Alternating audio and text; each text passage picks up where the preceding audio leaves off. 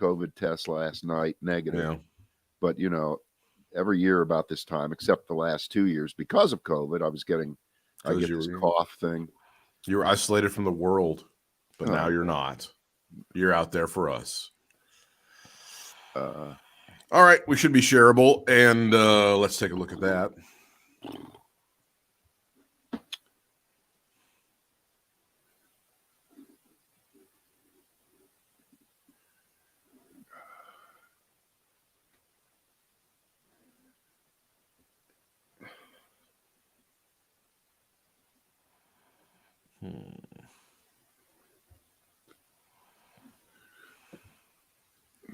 Okay.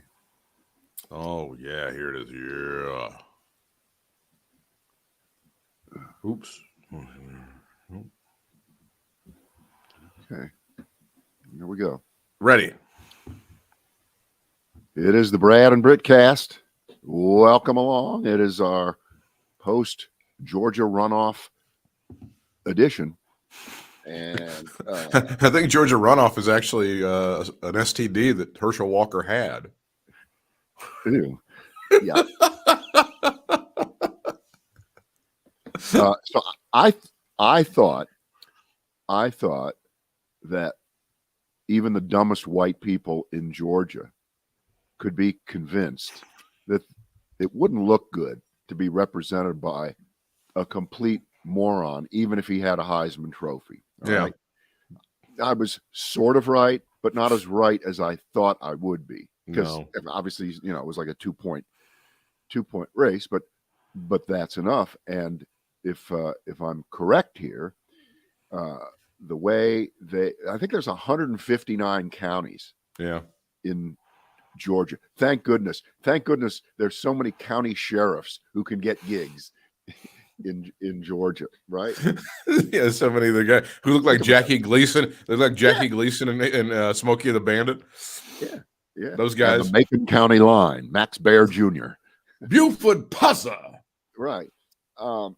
And states like Georgia, North Carolina, they all look the same when these elections are over. It's blue around cities and suburbs, and it's red in the rest of the state. And in the case of Georgia, I'm just estimating here, it looks like Raphael Warnock won 25 or 30 counties, and Herschel Walker won 120. But of course, most of those counties are two-horse, one stoplight counties, and they don't amount to much. But when you put them all together, they can add up to a win, like happened in North Carolina a month ago. That's accurate, right? I guess if we would have had Barack Obama and Stacey Abrams as strategists, maybe she would have done better. But let's not bring that up. I want to bring that up. Not about. Well, I mean, the strategy going forward for the Democratic Party is: do you just intensify your efforts into places like the 11-county Atlanta metropolitan area where people live, or do you try to go for those broad outreach places where there's 3,500 people in a county and stuff like that? You know what they call that, Britt, in my little area of the world? That's a false choice, because they did both. The margins and the numbers increased around Atlanta, and in those out in the middle of nowhere counties, they were able to cut Herschel Walker's advantage just by enough where he did better a month ago, because remember, it was a lot closer a month ago. And I haven't seen the breakout yet, but the 2% or so that the Libertarian had, very well could have been helpful to Raphael Warnock also. So the bottom line is, it's horrendous that Herschel Walker was fairly close to becoming a senator. Way too close for comfort, but thank goodness it did not happen. And unlike what we have to do here, Britt, we have to apologize for our politicians to people that we know. And what the fuck? Who the fuck is Ted Budd anyway? Which, by the way, is the next documentary that we should make. Who the fuck is Ted Budd? He's a gun store owner. He's a gun store owner without a thought in his head. That's who he is. Right. So just good for them, good for the country, good for Democrats, good for the Peach Bowl. But it was by and large running up the score in those large urban areas. It was largely no doubt about it. That's what did it. So, I think that's.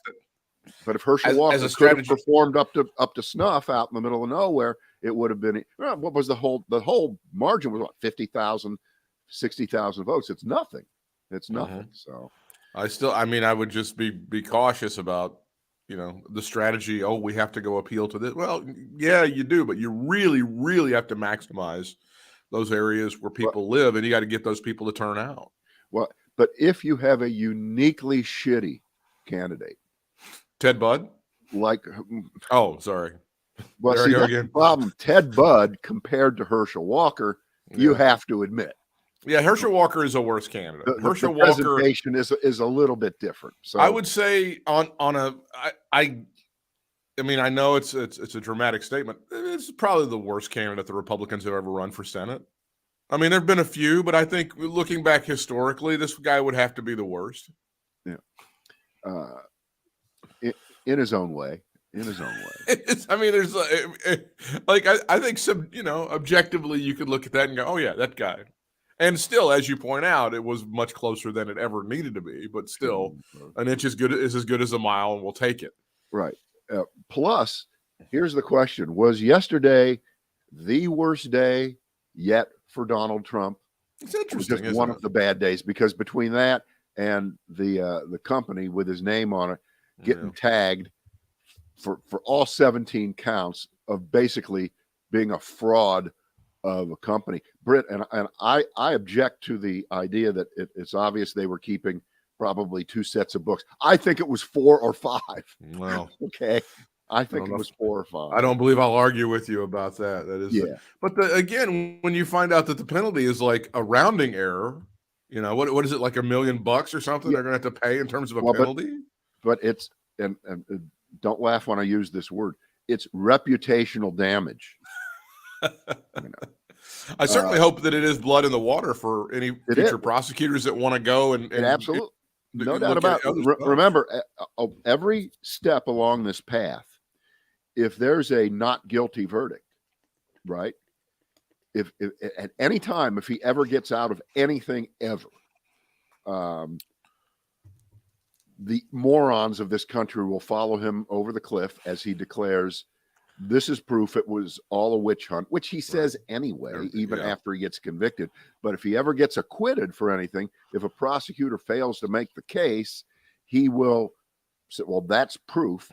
And of course, that means I should automatically be the president right now, or something crazy like that. So this does, no question about it, embolden all other prosecutors in all other venues, including just down the road with the Manhattan prosecutor, Mr. Bragg, who is now stepping it back up. And those of you, don't rip up those checks that you wrote to Stormy Daniels. Okay, don't rip them up. We still need them. You thought you were out from underneath that. And you know who also was vindicated? Michael Cohen. Holy shit. Everything Michael Cohen said about Trump in person, for which he took the hit because he was part of it, turned out to be true. And there's no doubt you can impute from the verdict on Tuesday that even though Trump personally wasn't on trial, there's no question about it. He knew everything. You can't have it both ways. You can't have it where the greatest businessman in the history of the world, who proved it for 13 years on the NBC television network, who knows everything about everyone and knows where every dollar is going because he's that good, he's that fastidious, he's that much of a business genius. You can't say that on one hand, and then when the shit hits the fan, he knew nothing. He knew nothing. He knew nothing. He knew nothing. He was outsmarted by the Jew. He was outsmarted by the Jew who was hired 50 years ago. All those years. Maybe you get a couple of good Jews on that legal team, Donald. Maybe if you actually paid people, you might be able to get out of some of this shit, pal. That wouldn't help. Well, it was a bad day, and now some semi breaking news. Items with classified markings found at Trump's storage unit in Florida. Apparently, his legal team, and I'm not getting a timeline on this, but his legal team apparently sent out their own people to look around and say, hey, is there any other shit that perhaps he didn't tell us about that might be lying around? And there's some stuff at classified markings found at a Trump storage unit in Florida. So it's not the best news. Is this part of the where they sent the legal team not just down to Mar-a-Lago, but out to Bedminster and into Trump? They wanted to make sure that he wasn't hiding the shit anywhere. Okay? This was at a storage unit in West Palm Beach. Yeah. Good. You know, that just means that they're trying to cover their bases. You're because damn right. I think these lawyers had signed off on the idea that everything had been turned over. The items were immediately turned over to the FBI, according to those people who spoke, by the way, Brad, on condition of anonymity. Yeah. I love the fact that we're still at that point, huh?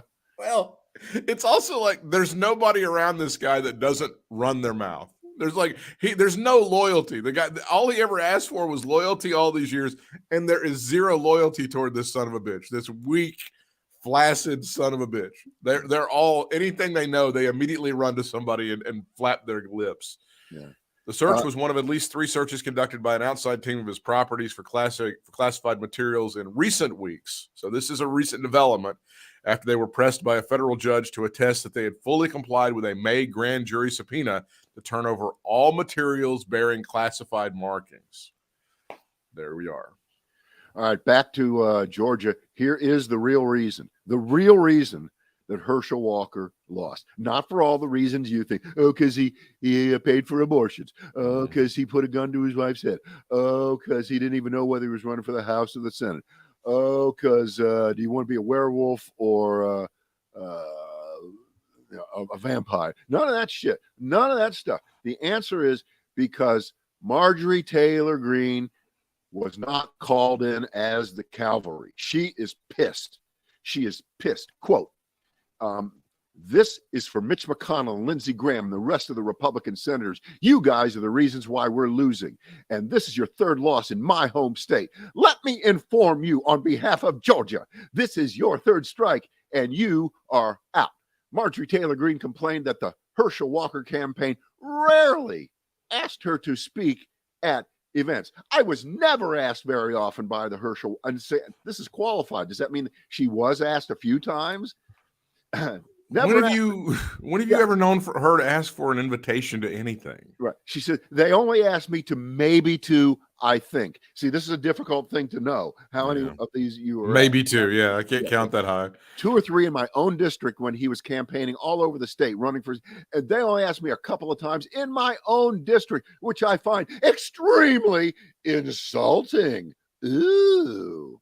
So that's a Trumpy thing, isn't it? That's a Trumpy thing. And now of course, he had his huge tele-rally didn't work. Trump's big tele-rally for Herschel didn't work. That's a surprise, isn't it? I thought that was going to be it. I thought that was going to happen. You thought that was going to change everything. You talk about a half-ass effort, and Donald Trump has a huge ass, so a half-ass is a lot of ass, but it wasn't enough ass. Yeah. Hey, I can't wait to see Don Jr. and Eric's LinkedIn account because they're going to be looking for work here soon. And that because the Trump organization essentially they're out of business.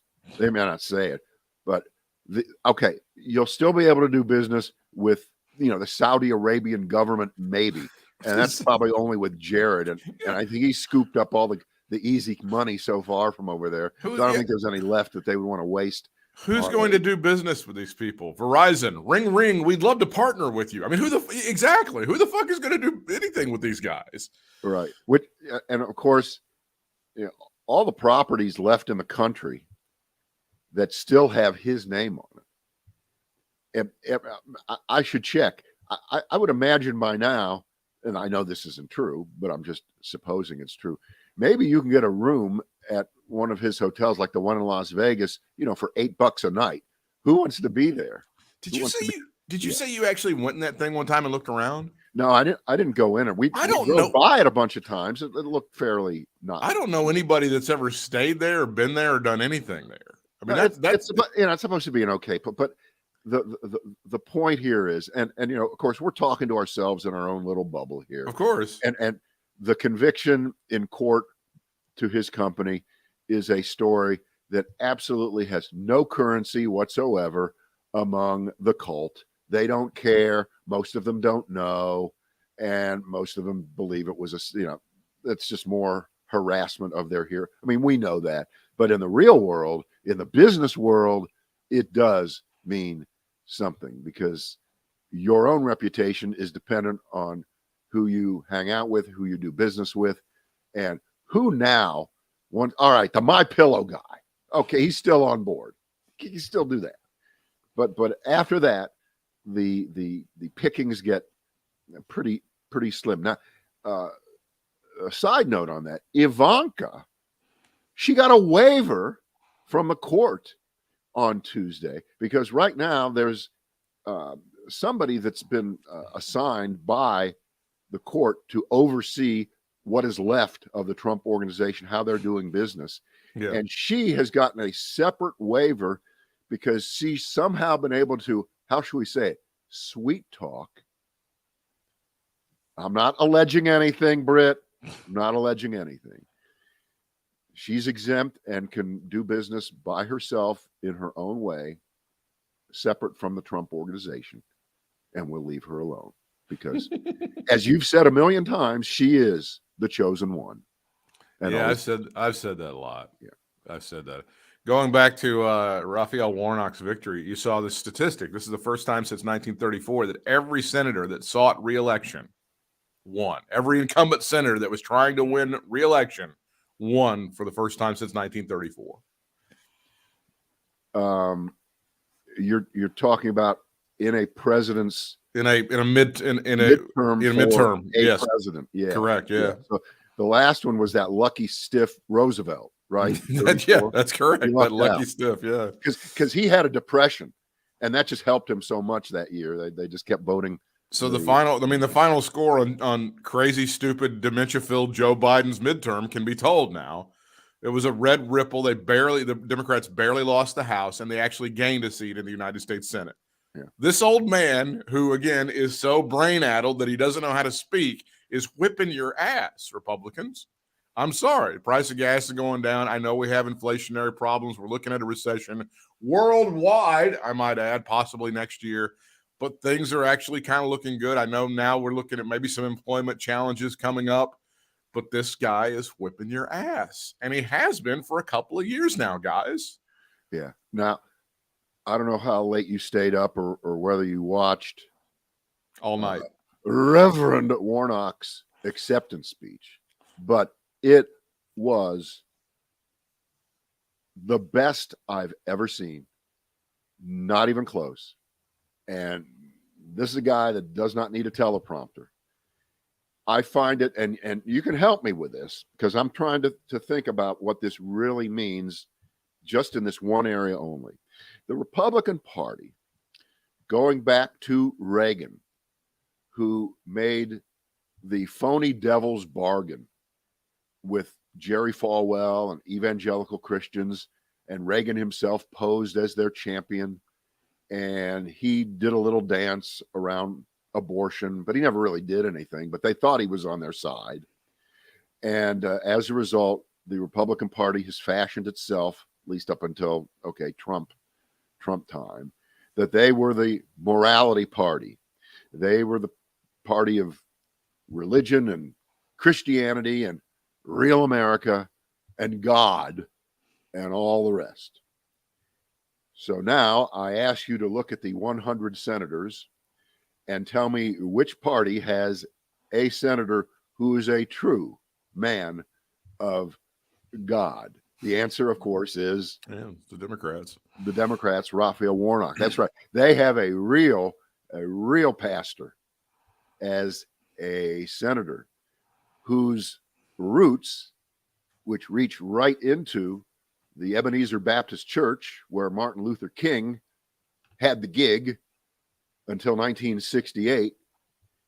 I don't know whether you get a stronger claim on, if you want to be really broad about it, religion and Christianity as the basis for the morality of your politics than you do with Raphael Warnock winning in a heavily white Christian dominated state.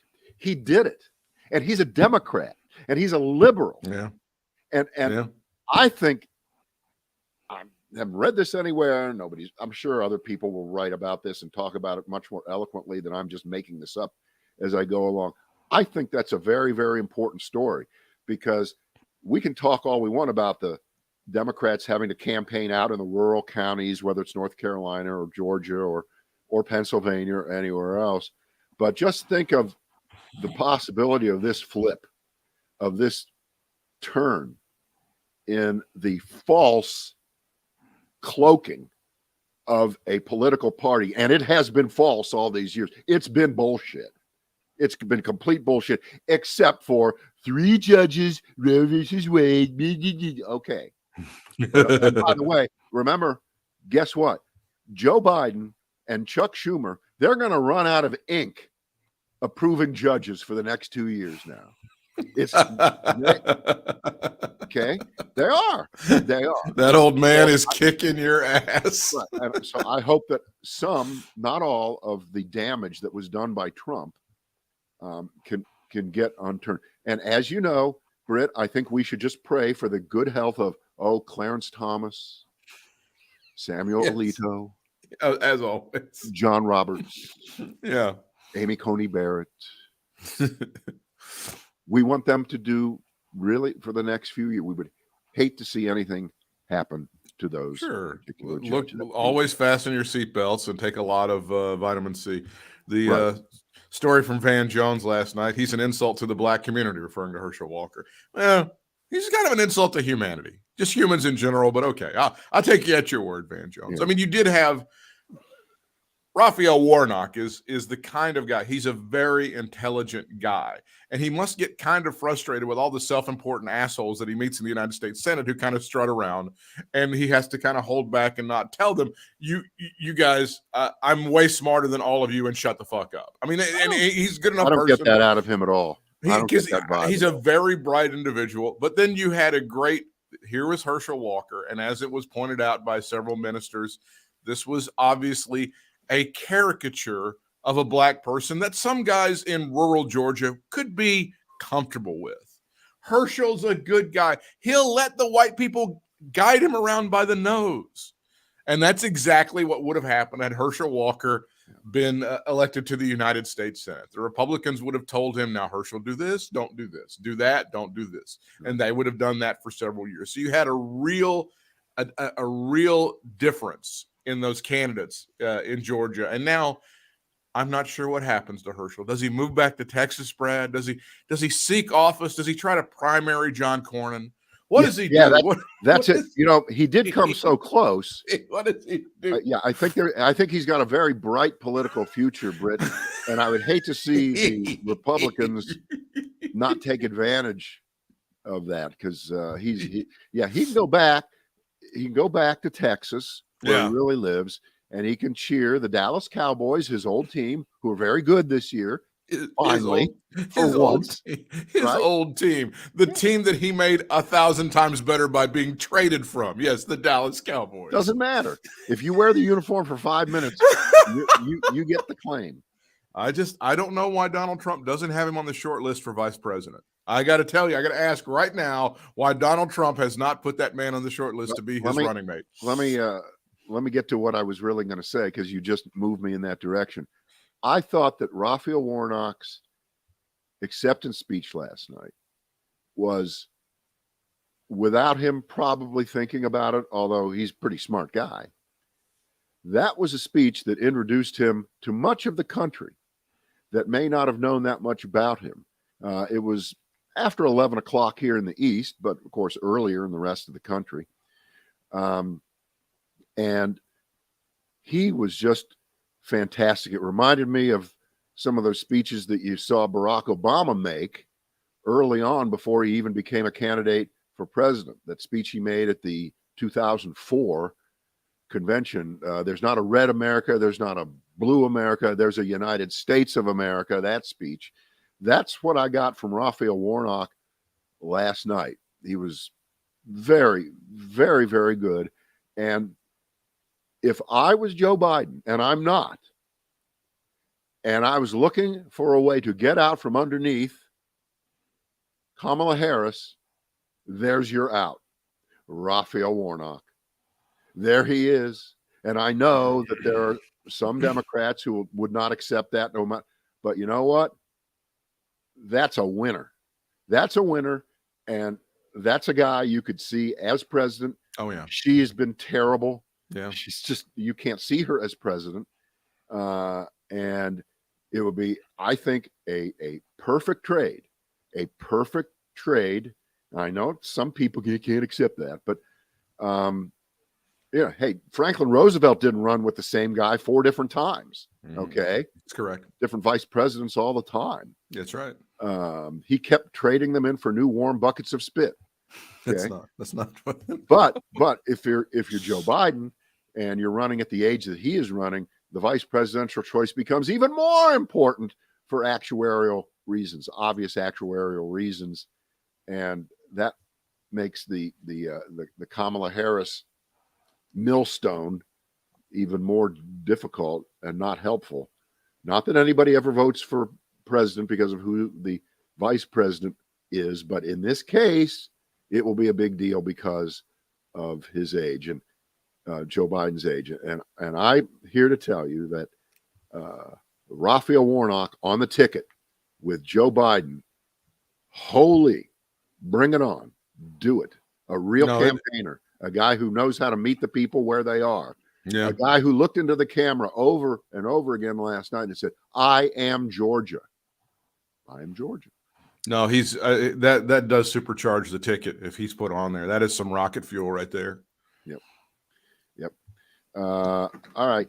Are we going to be Elon Musk called me yesterday. He wants us to set up a GoFundMe page for him because apparently he's about to not be the richest guy in the world anymore if things keep going in the direction that they're going, if Tesla stock keeps cratering. It's the guy who's the head of LVMH, you know, that's Louis Vuitton, Christian Dior, all those highfalutin brands who may pass Elon Musk as the richest guy in the world. So Musk, below $200 billion in net worth. Let's get that going, Britt. And I'll put in the first 1,000. You want to match it?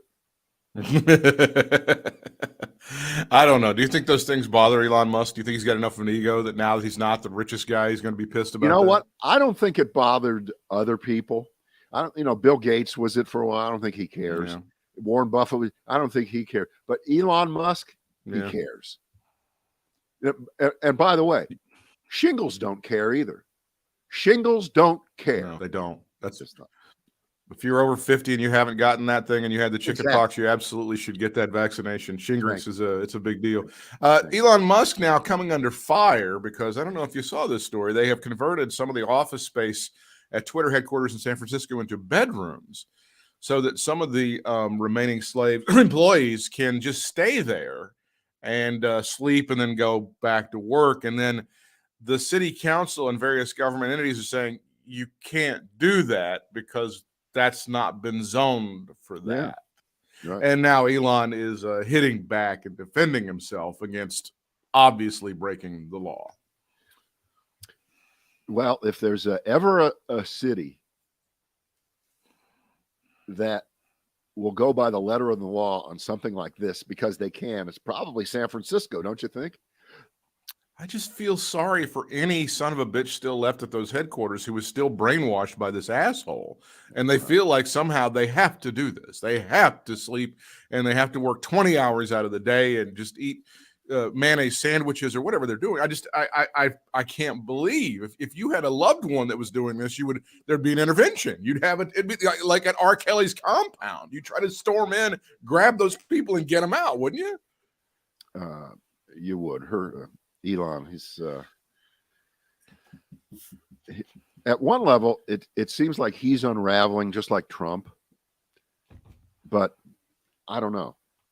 I look, we just had a guy who went from whatever that idiot Sam Bankman Von Stuckmanfried is, whatever his name is. He went from being worth supposedly $30 billion to nothing right now. So with Elon Musk, people are still buying the cars though, but who knows? I don't know. He's, you and I aren't big Twitter guys anyway, so. Because because you're not there. I'm a little more active on Twitter than you think I am. Why is that? I think you need to get off. I think you need to get a life. At a certain point, if I feel like I do, I will move. And I'm not on there to the exclusion of not having a life. Thank you very much. I still manage. Well, because you can still be on Facebook too. So I still managed to work about 48 hours a week, and then worked about 400 hours of overtime at another job. On Twitter for 48 hours. I know what you do. That's what I do. But yeah, I'm a little.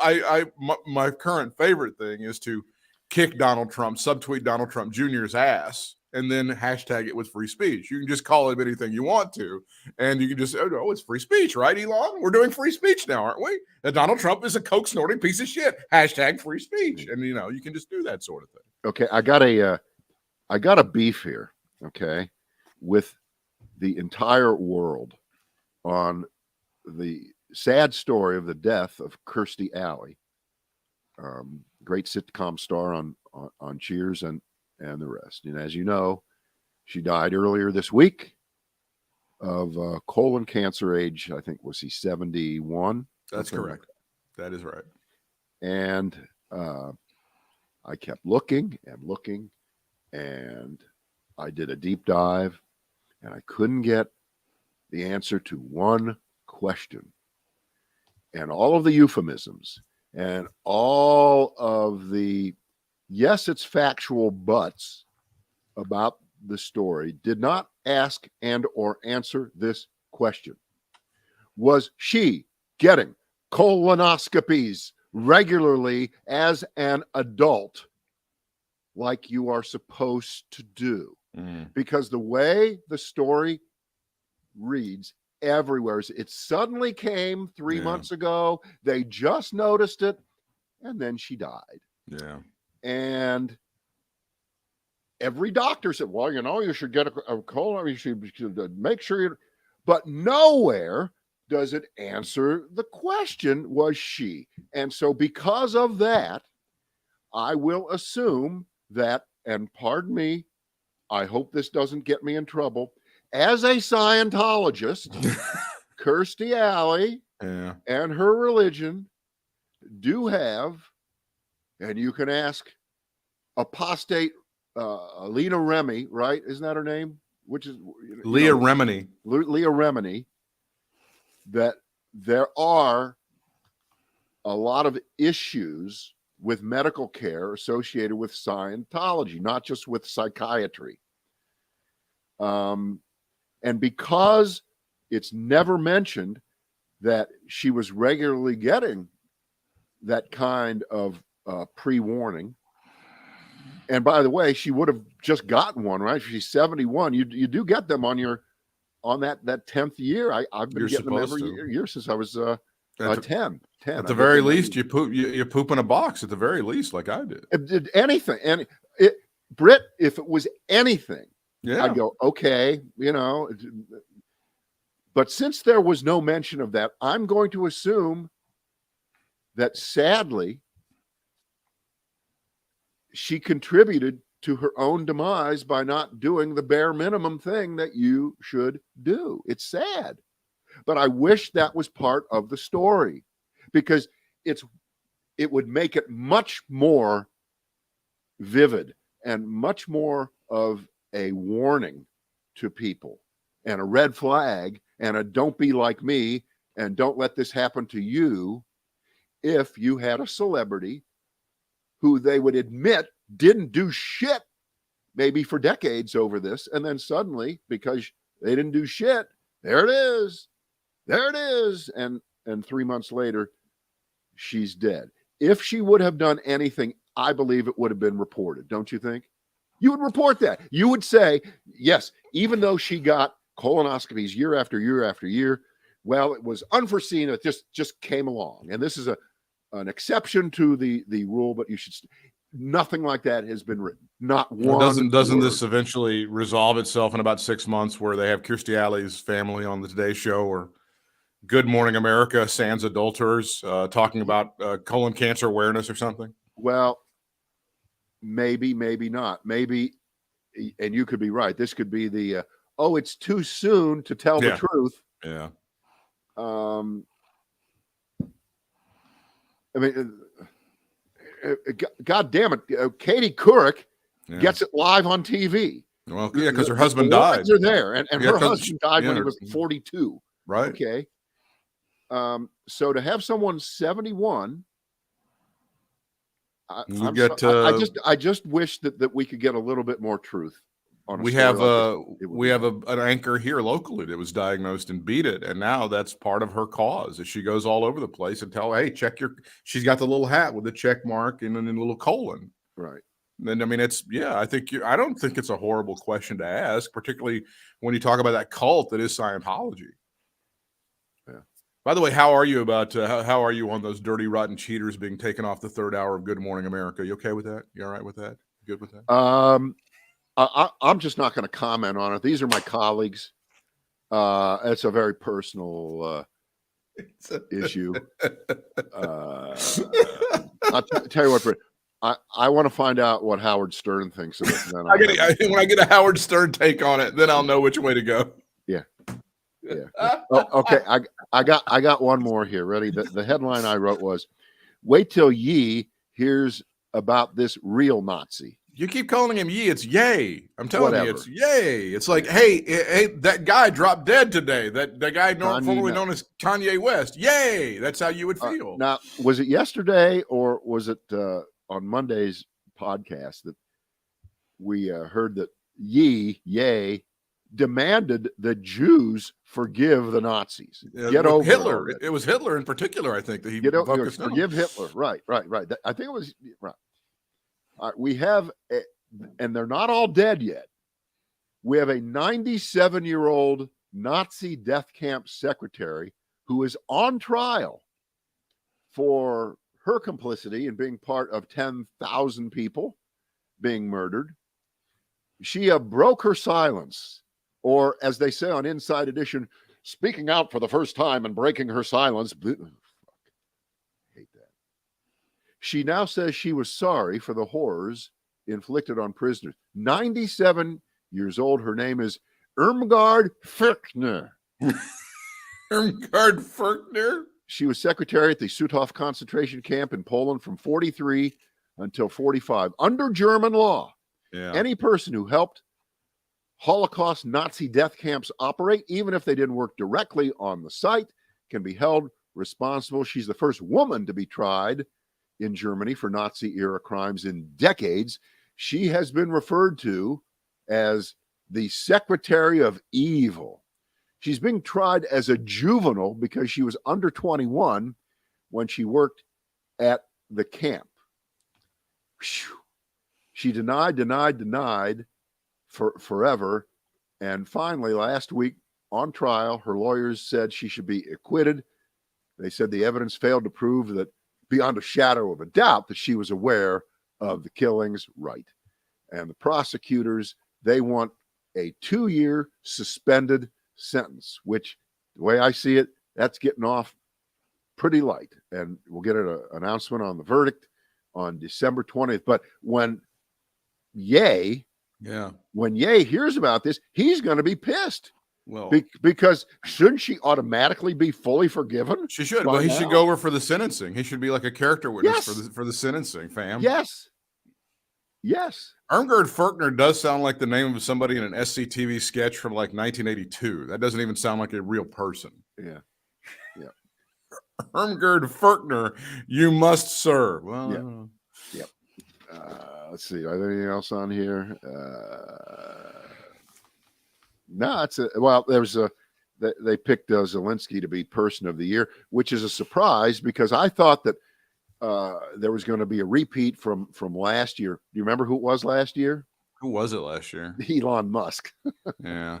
I know that there was like an uproar because DeSantis was on the list, right? He was on the final list of guys. That's all bull. Well, you know who could have been, based on the old criteria that they used to use, it could have been Putin. Yeah. Because their criteria is the person who's had the most effect on the world. But I think discretion was the better form of valor here, and you give it to the guy who's shown the most courage. Oh, we didn't. They're hearing the North Carolina case at the Supreme Court over gerrymandering and stuff. Right. So well, let's do that on the next Brad and Britt cast. Yeah, we didn't mention that. We'll get into that, but that's the Moore versus whatever it is, and Tim Moore being the speaker. Harper. There you go. Moore versus Harper. Moore being the Speaker of the House of the North Carolina House of Representatives. So yeah, we'll talk about Harper that. being a really bad restaurant in Greensboro. Valerie Harper, the late star of Rhoda. We really enjoyed her. One of the H movies with Paul Newman. HUD, Hombre, Harper. Yeah. We'll see you tomorrow. Yeah.